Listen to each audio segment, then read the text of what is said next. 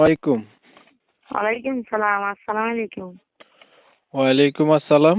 কে বলছিলেন? নাম কি আপনার? ভাই আমি বলতেছি শাহনাজ বলতেছি। শাহানাজ, চিনতে পারছি। কেমন আছেন আপনি? ভালো আছেন? জি ভালো আছি। আপনি ভালো আছেন? তো আল্লাহ রাখছে ভালো। শাহানাজ, গত একদিন আগে আপনি আমার কাছে ফোন দিছিলেন একটা প্রতিবেদন করবেন। জি আসলে কেন আপনি প্রতিবেদন করতে চাইতেছেন? আপনি কিসের জন্য আইছেন একটু বলেন। ভাই আমি প্রতিবেদন করতেছি কোনো টাকা পয়সার জন্য না। আমি সুন্দর একটা ভালো মনের মতো মানুষ চাই, যে আমার জীবন সঙ্গী হইব, এরকম একটা মানুষ চাই। সুখে দুঃখে পাশে থাকবো। আপনি হচ্ছে টাকা পয়সার জন্য প্রতিবেদন করতেছেন না, ভালো একটা মানুষ চাইতেছেন যে আপনার সুখে দুঃখে পাশে থাকবে। জি ভালো কথা। তো আপনার কোথায় থাকেন? ভাই আমি নোয়াখালী রায়পুর থাকি। যেখানে আছেন এটা কি আপনার নিজের বাসা না ভাড়া থাকেন? জি না, আমি ভাড়া থাকি। নিজেদের কোনো বাড়ি ঘর আপনার নাই? না, নদীতে ভেঙে নিয়ে গেছে। পরিবারে আপনার কে কে আছে?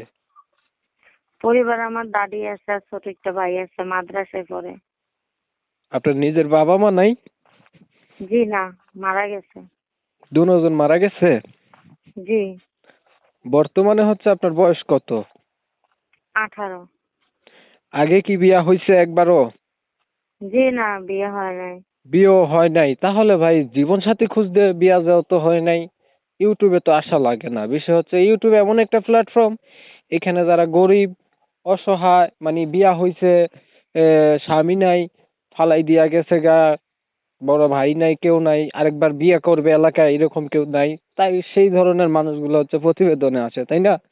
কারণ আপনার যেহেতু বিয়ে হয় নাই, তাহলে আপনি তো আবিয়াতি একটা মানুষ, প্রতিবেদনে কেন হয়েছেন?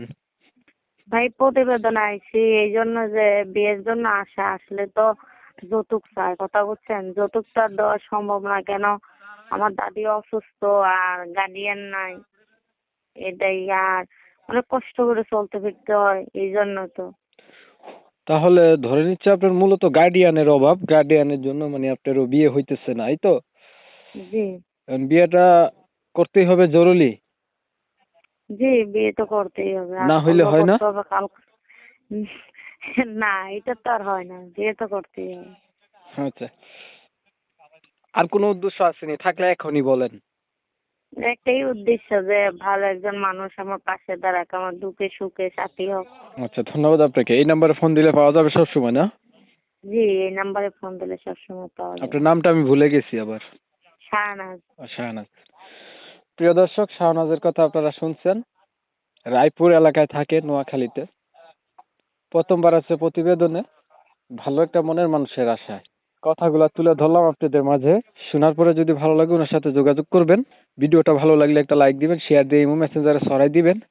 আপনাদের মতামতগুলো কমেন্টে জানাই দিবেন। চ্যানেলটা যদি ভালো লাগে অবশ্যই সাবস্ক্রাইব করবেন। তো সবাই ভালো থাকবেন, সুস্থ থাকবেন।